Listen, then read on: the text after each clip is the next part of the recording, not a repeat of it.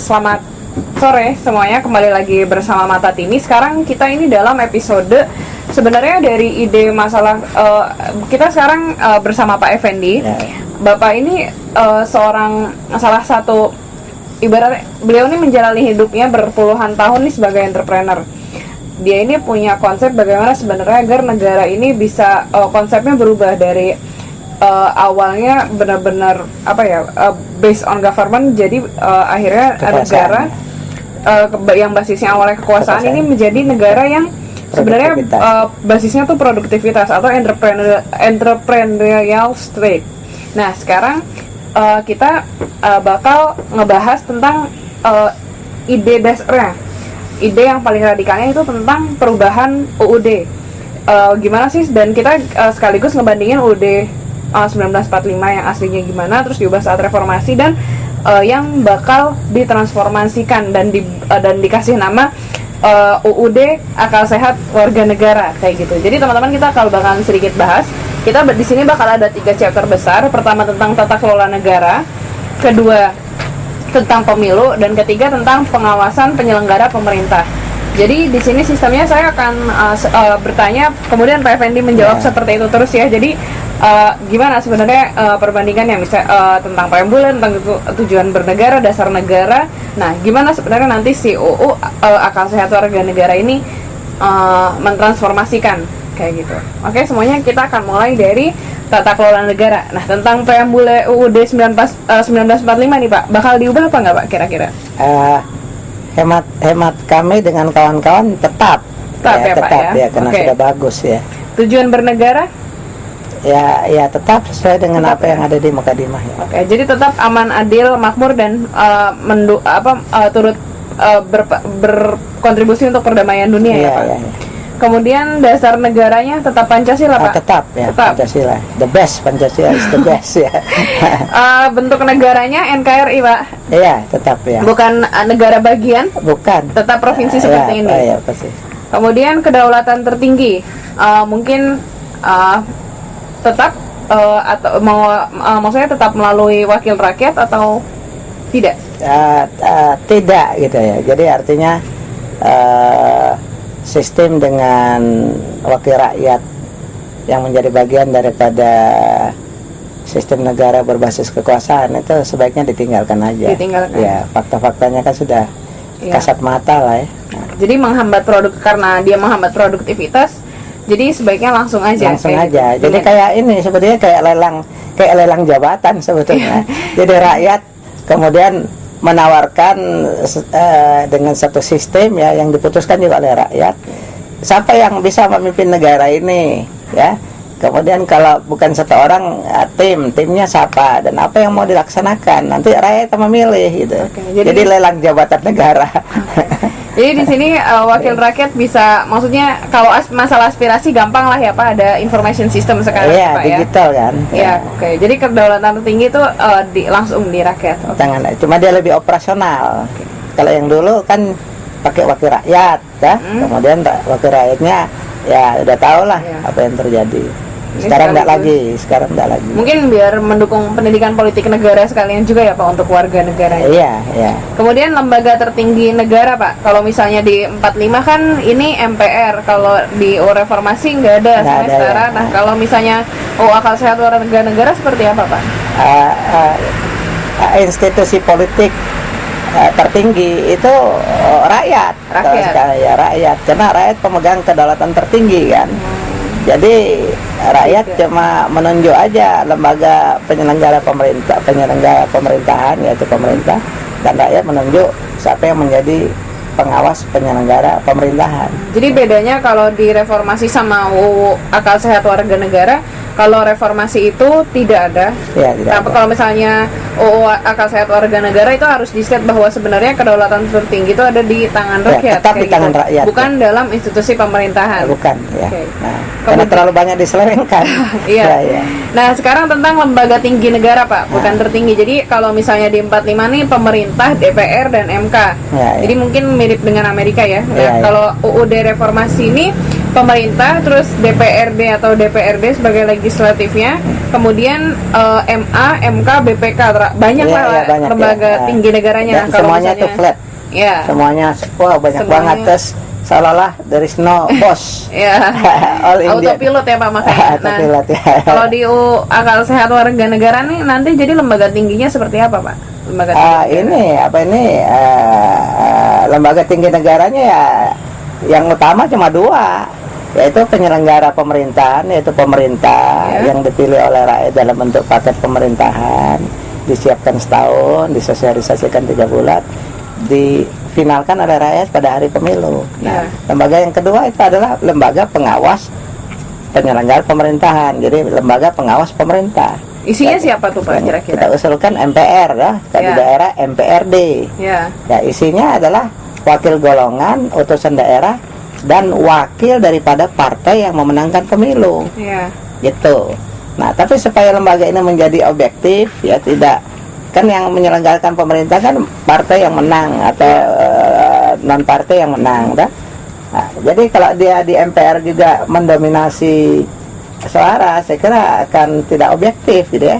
Jadi utusan daerah dan utusan golongan itu sebaiknya mayoritas di MPR ini, ya. Kalau ahli ditempatkan di mana Pak? Nah, ahli itu kan waktu pemilihan umum itu kan paket pemerintahan, dah. Jadi katakanlah 550 the best in the nation gitu ya. Ya itu ya orang-orang ahli semua di situ. Ahli itu pengertiannya bukan titelnya berderet-deret, bukan.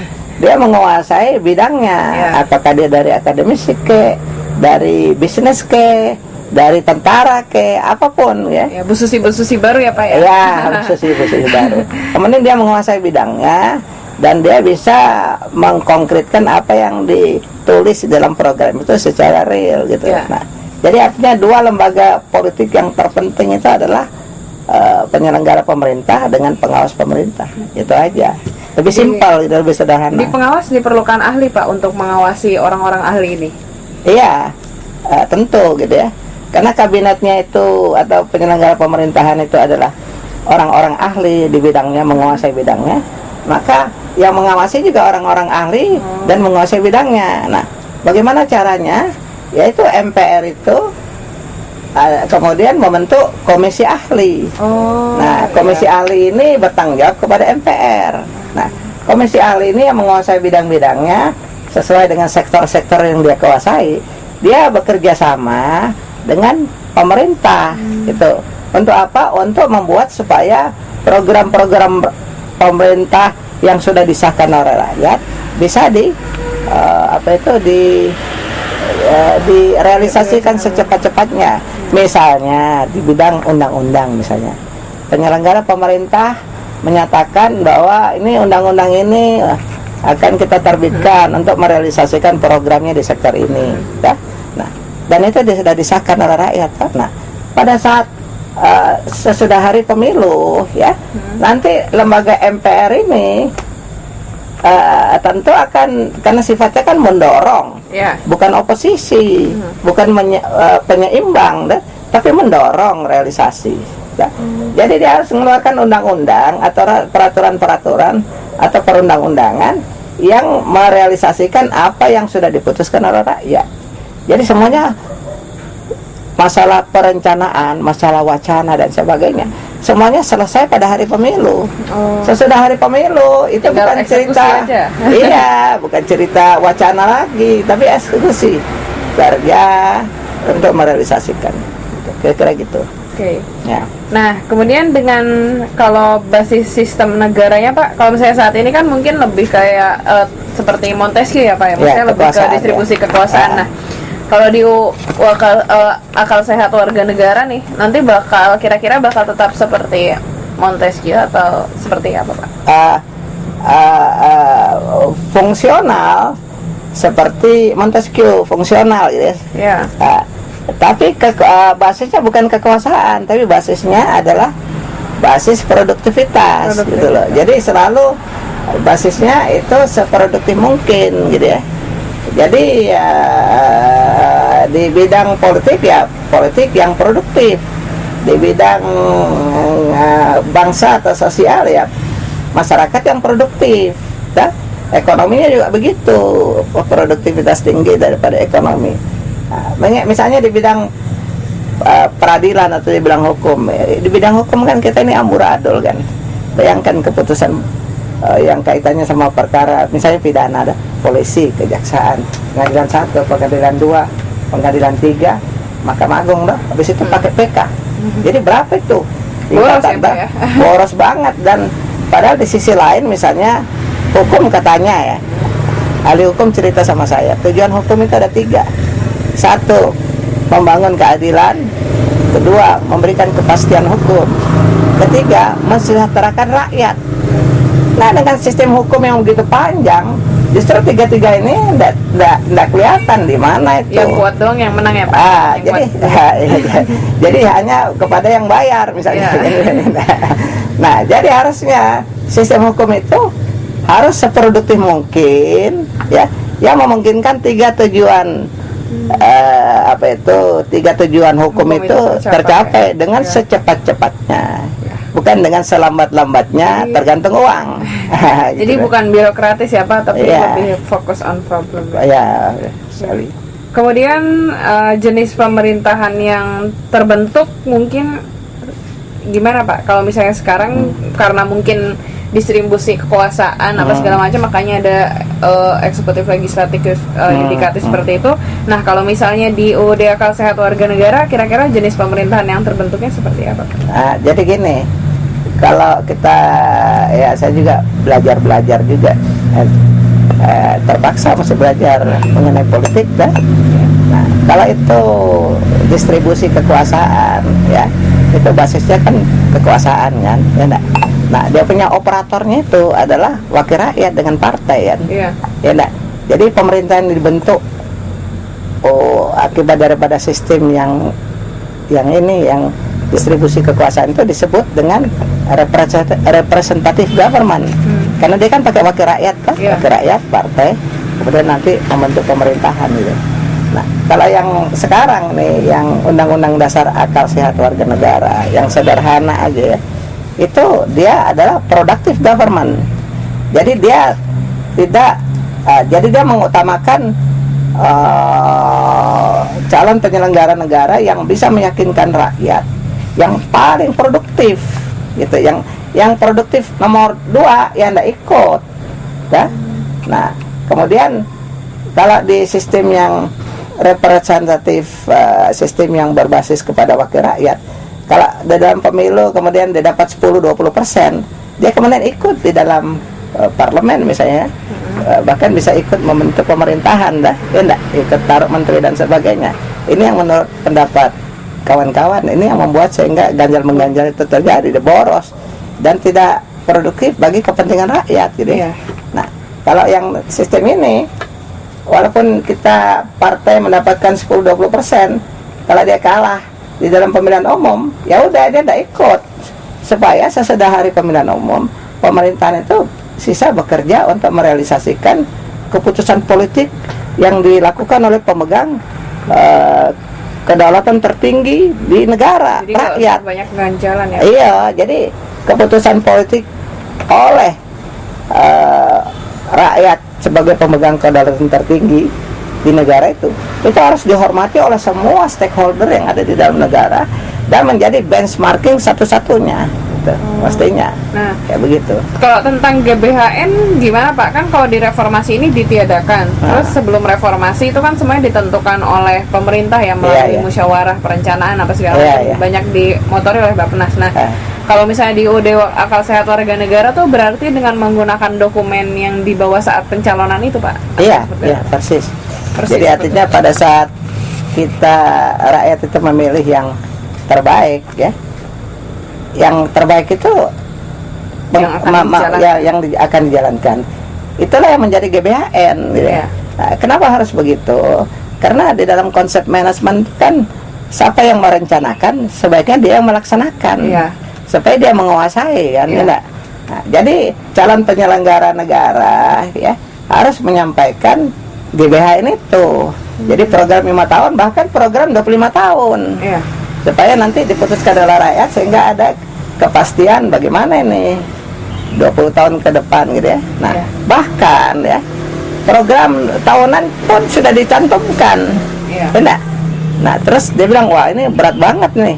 Tiap tahun harus dicantumkan, 5 tahun juga harus dicantumkan, 25 tahun harus dicantumkan. Ya memang berat. Ngurusin rakyat yang 240 juta emangnya gampang. Tapi kan Jadi harus bekerja apa itu false, membentuk shadow government ya, pemerintahan bayangan paling lambat itu saya kira 1 tahun. Saya lebih dari 1 kalau tahun. Hmm. ini mungkin di luar di sana, kalau menurut Bapak idealnya berapa tahun sih Pak? Kan sebenarnya kalau misalnya GBHN ini ya kalau dulu kan mungkin Soeharto kan ya 32 tahun ya Pak. Maksudnya mungkin bisa bikin GBHN ada pelita, repelita. Nah, tapi kalau misalnya sekarang kan cuma 5 tahun sekali Pak. Jadi dia paling cuma bisa bikin rencana 5 tahunan. Tapi menurut Bapak itu tetap harus maksudnya tidak bisa jangkanya tuh sangat panjang, kecuali kalau misalnya nanti dia ada bentuk dalam kepres atau mungkin disahkan oleh MPR dalam bentuk manifesto yang lain. Nah, berarti ya menurut Bapak seperti apa tuh Pak? Menurut saya bisa. Kalau penyelenggara pemerintah itu betul-betul fokus dan dia mengolah data-data yang sudah ada di masa lalu, kemudian dia melakukan observasi yang ketat sampai ke daerah-daerah untuk melakukan untuk menangkap aspirasi rakyat yang kemudian dituangkan dalam program tahunan, 5 tahunan, bahkan 25 tahun. Itu bisa dilakukan, tapi tidak bisa dilakukan hanya dalam waktu 1-2 bulan dah. Iya. Nah, jadi dengan terjadinya pemerintahan bayangan oleh partai atau ada kelompok non partai yang berminat untuk menjadi penyelenggara negara, dia harus bekerja fokus, ya enggak? Nah, ini yang menurut saya sebagai satu tantangan supaya ini akan memberikan win-win efek kepada semua pihak. Jadi partai-partainya juga menjadi partai modern, partai yang by definition kan partai untuk rakyat, ya enggak, for the people kan. Jadi dia dikembalikan fungsinya untuk mempersiapkan what you are going to do for the people, ya enggak. Itu kan selalu jadi tim kerja dan program kerja. Enggak. Kalau yang enggak sanggup ya yuk koalisi dengan teman yuk. Tapi koalisinya dalam rangka mempersiapkan program kerja dan tim kerja yang terbaik. Dan karena dia disiapkan 1 tahun paling tidak, dia terjadi yang namanya pemerintahan bayangan yang memang dia sudah kerja. Untuk menyusun itu aja kan dia sudah kerja, sehingga pada hari pemilu, sesudah hari pemilu, dia sudah melanjutkan pekerjaannya itu dalam langkah-langkah konkret. Jadi dengan demikian negara itu menjadi negara dengan tingkat produktivitas yang tinggi, karena kan ada pemeo fail to plan is plan to fail. Jadi ini memang seperti kayak di manajemen Jepang kan, di perencanaan kan lama sekali kan.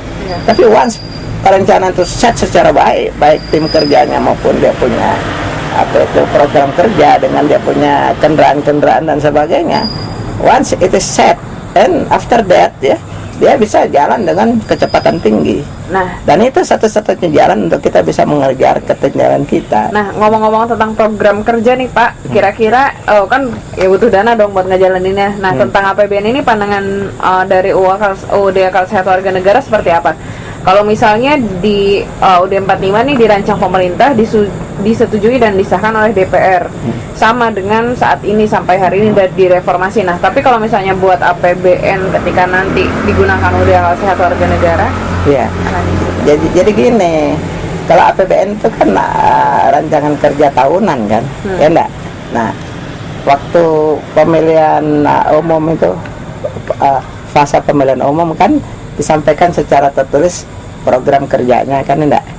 Nah, di situ kan di dalam program kerja tahunan kan ada perkiraan anggaran, ya enggak. Nah, itu sifatnya kan perkiraan. Nanti pada saat tahun pertama karena perkiraannya itu dekat ya, itu ya mungkin bisa langsung dilaksanakan dah. Tapi pada tahun kedua ya, kan program 5 tahunnya kan ada. Perkiraan tahun kedua, ketiga, keempat, kelima itu kan bisa dibikin ekstrapolasi dah. Nah, tapi terbuka kesempatan untuk melakukan adjustment kan, disesuaikan dengan situasi pada saat itu. Nah, itu adalah kerjasama antara pemerintah dengan MPR, tapi tetap ya dengan suatu benchmarking yang sama, yaitu program yang 5 tahun itu. Nah, program yang 20 tahun itu diperlukan untuk dibuatkan satu ya sustainability sehingga ada kepastian toh bahwa nanti pada pemilihan berikutnya rakyat beranggapan ya bahwa program yang 25 tahun yang diajukan oleh pemerintahan 5 tahun sebelumnya itu sudah cukup valid, ya mungkin rakyat memutuskan bahwa pemerintah yang akan datang cukup untuk yang 5 tahun yang akan datang aja. Yang 25 tahun kita mengadop program yang sudah disahkan oleh rakyat 5 tahun yang lalu karena dianggap tidak perlu dilakukan perubahan. So semuanya itu yang memutuskan adalah rakyat gitu. Sehingga kedaulatan rakyat itu betul-betul terjaga. Kemudian tentang keunggulan dan daya saing, Pak, kan kalau misalnya sekarang nih kita benar-benar ngandelin sumber daya alam banget lah. Ibaratnya mungkin karena mungkin ini yang membuat bangsa kita nggak produktif, Pak. Jadi kita terlalu terlena kebanyakan sumber daya alam. Ya ngambil di kebun sendirilah ada, jadi mungkin tidak bekerja. Nah terus kemudian bagaimana harusnya sebenarnya keunggulan dan daya saing kita itu dititik beratkan di mana sih, Pak, agar kita bisa menjadi tadi entrepreneurial city. Jadi gini ya, memang sekarang negara yang dan bahkan dunia kan sudah mengalami shortage sumber daya alam kan, ya enggak? Ini 20-30 tahun yang akan datang diperkirakan penduduk dunia di atas 10 miliar kan. Sementara semuanya sumber daya alam makin shortage. Dan sejarah peradaban menunjukkan bangsa-bangsa yang tidak punya sumber daya alam pun itu bisa menjadi unggul kan, karena kemampuan sumber daya manusia yang the best in the world ya. Singapura ya. Ya, banyak negara Skandinavia dan sebagainya. Jadi ya, ke depan itu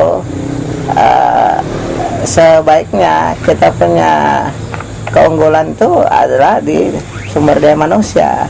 Sumber daya alam itu sebagai complementary, ya enggak? Harusnya bukan utamanya ya. Bukan utama. Nah, tapi ya untuk bisa memberikan sustainabilitas kepada pembangunan ya, itu kan membutuhkan korporasi kan, usaha-usaha ekonomi kan. Nah, supaya usaha-usaha ekonomi ini bisa berkembang dengan cepat, karena kita mengejar ketertinggalan kan.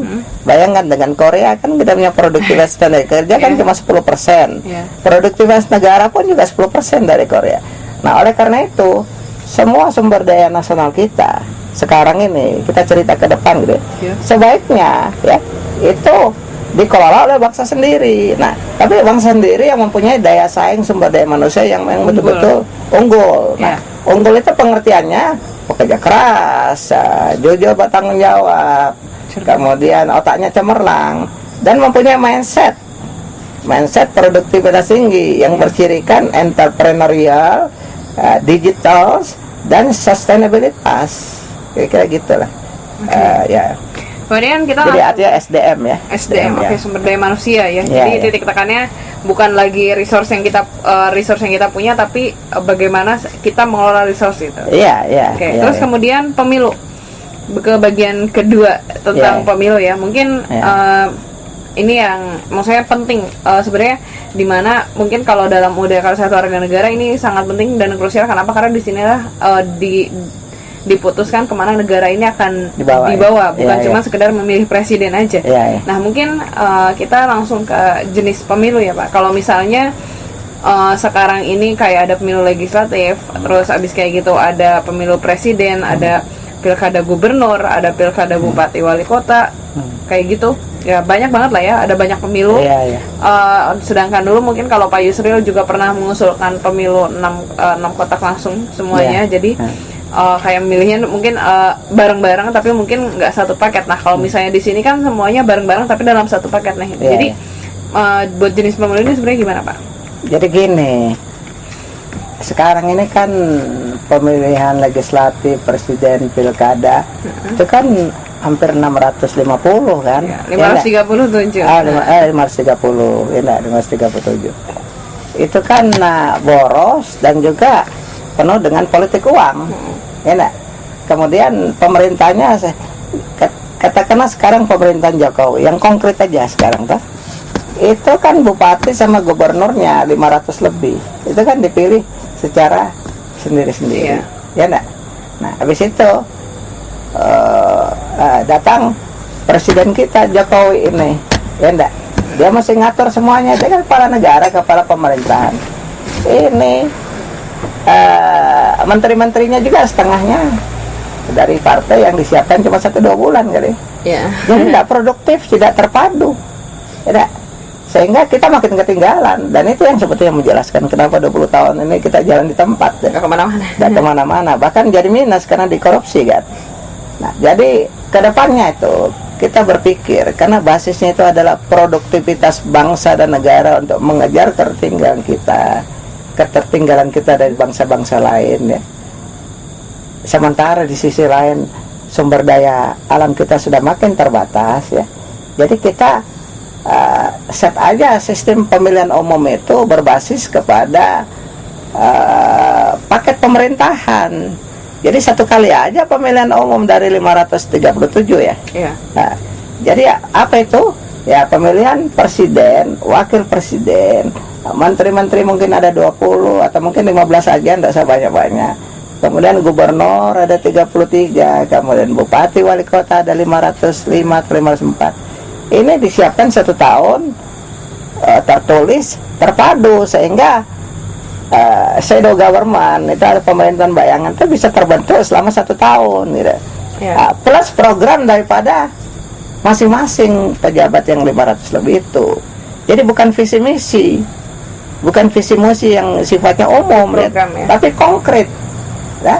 Nah sehingga ya pemerintahan yang sudah terpadu ini yang memenangkan pemilihan umum pada saat selesai hari pemilihan umum bisa bekerja langsung dengan kecepatan tinggi. Iya. Gitu, jadi kira-kira gitu adanya. Kemudian berarti otomatis basis keabsahan pemilunya itu pas sekali serentak saat pemilu itu ya. Iya. Jadi udah langsung semuanya. Iya. Jadi pemilunya cuma sekali, nggak Sekali ada aja. berkali-kali, nggak ada 537 Iya. pemilu. Iya. Mungkin terus kemudian peserta pemilunya itu berarti nggak cuman partai atau calon yang dicalonkan aja, Iya. tapi partai dan calon-calon yang dia bawa dalam satu paket itu. Iya. Semuanya. Iya. Oke, kemudian Ya. tentang biaya kandidat peserta pemilu nih Pak, kan tadi salah satu kritiknya karena ada 537 kampanye dan pemilu lah, kira-kira Ya. itu sangat boros lah biaya politiknya. Nah, Ya.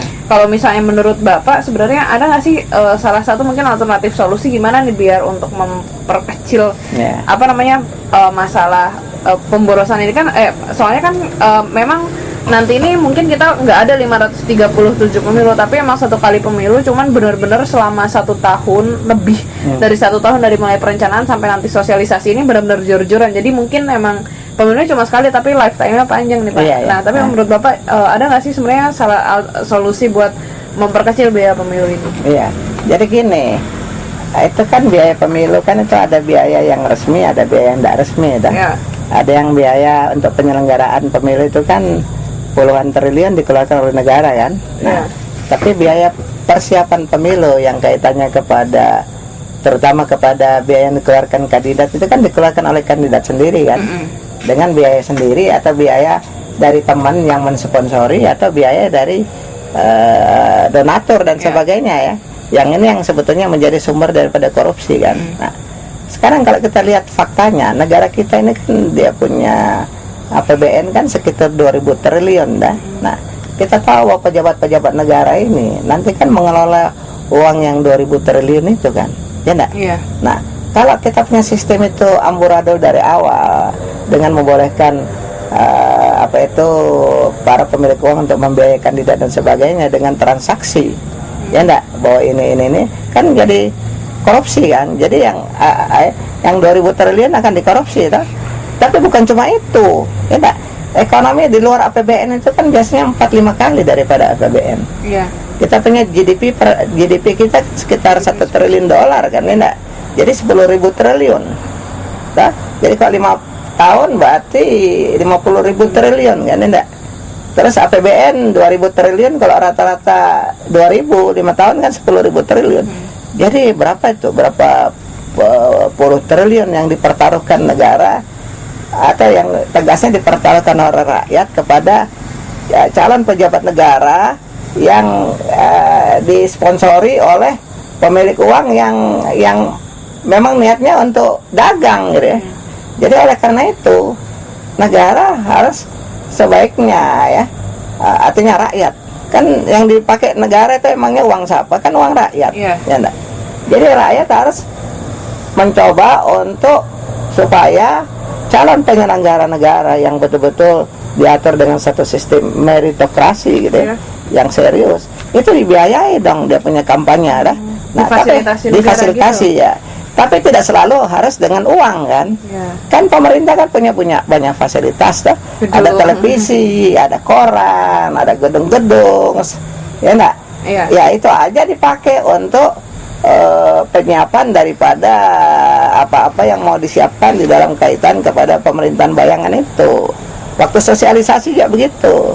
Karena kalau dikasih uang kan bisa dikorupsi lagi. Ya, Nah, di markup gitu ya Pak. iya. Jadi artinya difasilitasi sehingga terjadi keadilan gitu ya. Jangan misalnya kandidat atau kelompok kandidat yang punya stasiun televisi banyak ya, dia bisa ngomong selama yang dia mau. selama dia mau doh. Nah kemudian orang yang tidak punya stasiun televisi mau nyewa jam tayang kan tidak mampu kan, aja masih pakai sponsor, tapi kemudian menjadi transaksi korupsi kan di situ. Makanya harus Diatur ya enggak. Jadi enggak bisa misalnya enggak adil gitu dari kacamata rakyat gitu ya atau publik. Ada perlakuan yang khusus bagi yang kaya, enggak bisa gitu. Iya. Jadi harus kita bersaing dengan referensi yang sama, fasilitas yang sama. Ayo kita jor-joran mengenai program-program dan tim kerja yang terbaik. Iya. Dengan media yang jam tayang yang sama gitu ya, dengan fasilitas yang sama, sehingga betul-betul yang terbaik itu bukan karena uang gitu, tapi karena programnya dengan kemampuannya untuk sungguh-sungguh mempersiapkan pemerintahan yang terbaik, kira-kira gitu. Nah bagaimana caranya supaya itu tidak menggelembung berlebihan ya, menurut saya fasilitasnya itu jangan dalam bentuk uang. Iya. Ya, oke. Tapi akses gitu mungkin Ya Pak, akses ya, akses ya. Nah kemudian kalau misalnya dari tadi hasil obrolan ada beberapa yang saya tangkap, kalau misalnya tentang persiapan penyusunan tim kerja pemerintah tuh sekitar 1 tahun Satu ya Pak, tahun, paling minimal enggak ya, Pak, 1 ya. tahun kan ya. Kemudian kalau misalnya sekarang kan nggak jelas nih harus berapa lama kayak Iya, gitu. iya, Biasanya iya. sebulan doang gitu kalau Iya, terus sebulan kemudian ya. kayak ada, dan di sini ditekankan waktu dan materi sosialisasi gitu ya Pak. Iya. Jadi bukan sekedar kampanye. Kalau kampanye kan mungkin basisnya people orangnya, Iya, yang jadi dijual orang. Tapi masa ini dah. adalah waktu dan materi sosialisasi. Maksudnya Iya. kayak materi sosialisasinya tuh apa kayak gitu. Ya, jadi program kerja dan keunggulan daripada tim kerja. Jadi penguasaan terhadap program kerja yang menjawab aspirasi dari rakyat. Aspirasi rakyat itu kan bukan artinya aspirasi rakyat yang tidak mampu, enggak. Ya. Aspirasi rakyat itu adalah rakyat yang tidak mampu, yang perlu disubsidi, perlu dibantu dan sebagainya. Aspirasi yang menengah, aspirasi yang kaya. Yang kaya juga ini mesti diurus gitu. Karena kalau enggak kan dia lari ke luar negeri, motor ekonomi kan jadi berkurang kecepatannya. Kita butuh pajak dan sebagainya. Iya. Jadi jangan yang kaya juga diperas gitu dengan aturan-aturan yang macam-macam gitu ya. Tapi juga jangan juga yang kaya dikasih pajak yang rendah gitu ya. Karena enggak adil gitu ya. Jadi proporsional gitu ya. Iya, jadi artinya diatur nih yang kaya ini mau diapain supaya dia tetap bisa perform dan tidak dibikin susah dan diperas gitu ya. Kemudian apa pendampingan pemerintah kan? Jangan dikasih apa itu birokrasi yang berkepanjangan sehingga terpaksa harus nyogok gitu ya. Nah, yang tidak mampu ini harus diberdayakan dan makanya subsidi itu ada bagian daripada kewajiban penyelenggara negara sebenarnya, kan duit rakyat, jadi harus dipakai untuk memberdayakan rakyat supaya rakyat mampu memberdayakan dirinya sendiri gitu ya. Jadi ini maksudnya aspirasi ini yang harus ditangkap oleh calon penyelenggara negara untuk dituangkan dalam program-program yang kita Yang biasa bakal disebut disosialisasi. ya, yang kita biasa sebut aspiratif lah. Ya, Dan itu harus disosialisasikan ya Pak ya. Iya, supaya rakyat bisa ini, rakyat bisa Mengawal, mengawal. memilih, sehingga program-program itu betul-betul program yang aspiratif ya. Jadi memang betul-betul untuk kepentingan masyarakat luas. Ya. Ya. Kemudian kalau berarti kalau tentang tadi kalau misalnya dari hasil obrolan sedikit saya ada ini, berarti nanti setelah pemilu itu hanya partai pemenang saja ya Pak yang Iya, yang atau duduk gimana di- Pak statusnya setelah Iya. maksudnya setelah pemilu itu pas kayak gimana? Jadi gini, jadi kan waktu pemilu itu kan misalnya dianggap bahwa partai ini menganggap bahwa ini penyiapannya untuk membantu satu shadow government itu kan berat ya.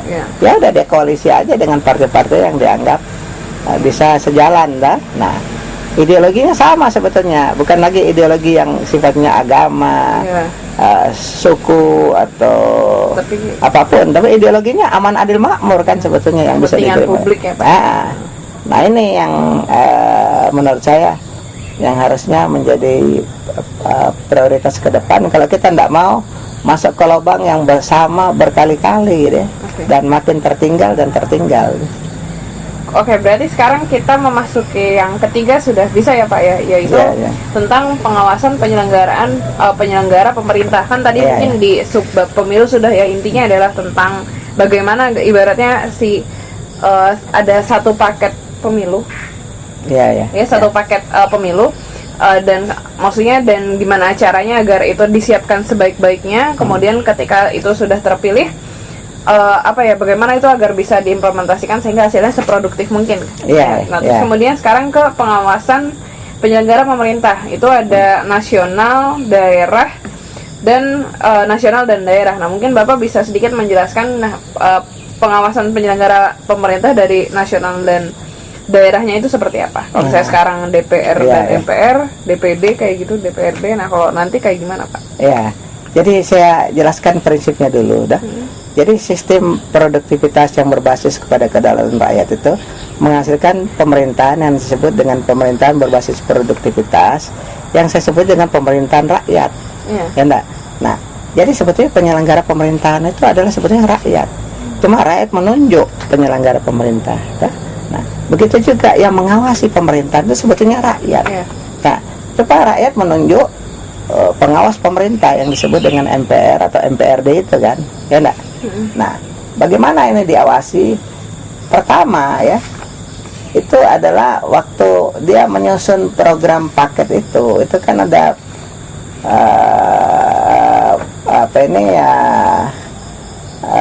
disiapkan kan 1 tahun sebelumnya ada, kemudian menjadi program yang disahkan dan dipilih dan disahkan oleh rakyat pada hari pemilu.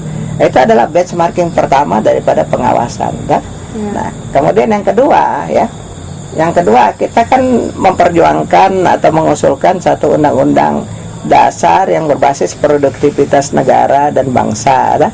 Nah, itu juga adalah benchmarking yang kedua. Jadi undang-undang dasarnya harus mendukung itu. Nah, benchmarking yang ketiga ya, karena waktu ini kan pemerintahan rakyat nah sekarang sudah digital kan, jadi sebetulnya rakyat dengan billboard gede-gede di masing-masing kecamatan atau kabupaten juga rakyat bisa melihat itu ya, walaupun dia sudah menunjuk lembaga MPRD misalnya di daerah kan. Nah, itu juga bisa menjadi dasar daripada pengawasan.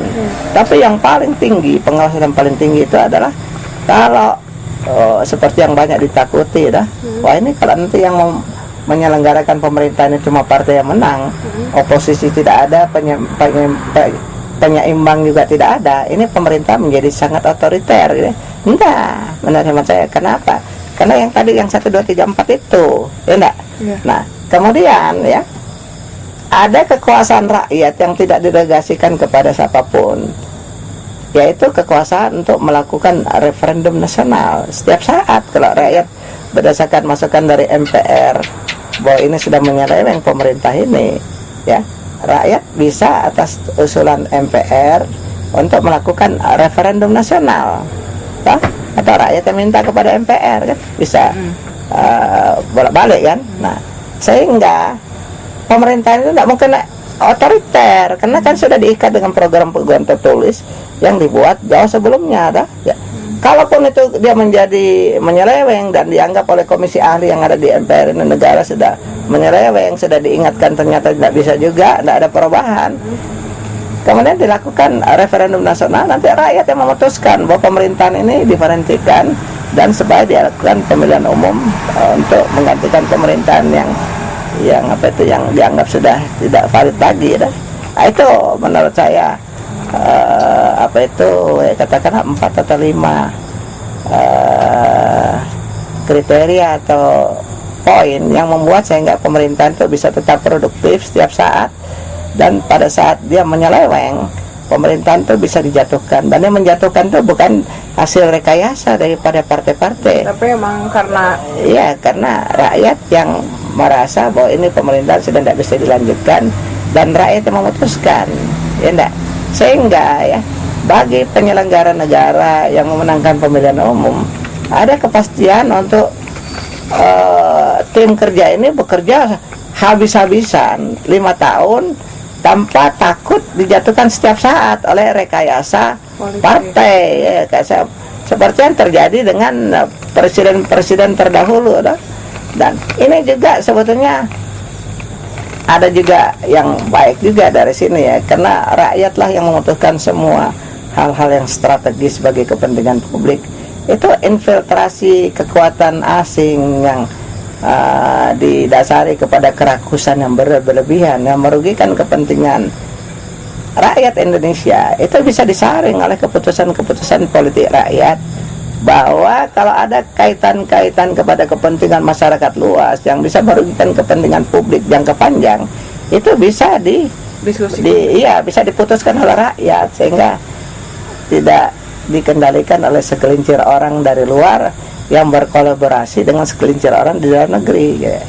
Jadi kedaulatan rakyat, Gitu ya. iya, jadi kedaulatan rakyat itu betul-betul dipegang oleh rakyat sebagai pemilik kedaulatan tertinggi, ya. Penegasan terakhirnya berarti benar-benar bahwa dokumen pencalonan yang satu paket itu benar-benar dia adalah pegangan utama dari awal sampai terakhir. Berarti kayak melencengnya pun didasarkan oleh sejauh apa melenceng dari program-program kerja yang sudah disetujui. Iya.